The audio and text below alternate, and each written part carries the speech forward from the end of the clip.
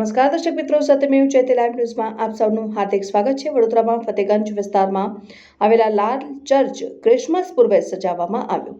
વડોદરામાં ફતેગંજ વિસ્તારમાં આવેલા લાલ ચર્ચથી ઓળખાતા ધ સેન્ટેનરી મેથોડિસ્ટ ચર્ચમાં 25 ડિસેમ્બરથી જ માહોલ જામી જતો હોય છે અને મોડી રાત સુધી ભીડ જોવા મળે છે। ખાસ કરીને 31મી નાઇટ લાલ ચર્ચ સામેના રોડ પર હજારોની સંખ્યામાં ખ્રિસ્તી યુવા યુવતીઓ એકઠા થઈને ઉજવણી કરતા હોય છે અને રાત્રે 12ના ટકોરે ચર્ચના બેલ સાથે નવા વર્ષને આવકારવાની પરંપરા વડોદરામાં ખૂબ જૂની છે।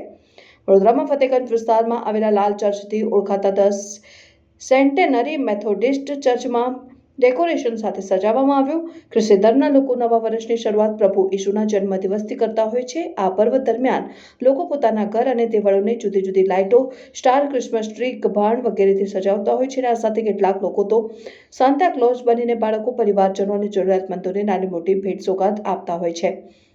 આ વખતે પણ ખ્રિસ્તી ધર્મના લોકોમાં અનેરો ઉત્સાહ જોવા મળી રહ્યો છે અને વડોદરાના ફતેગંજ ખાતે આવેલા લાલ ચર્ચમાં ભવ્ય ડેકોરેશન અને ચર્ચને રોશનીથી શણગારવામાં આવ્યો છે।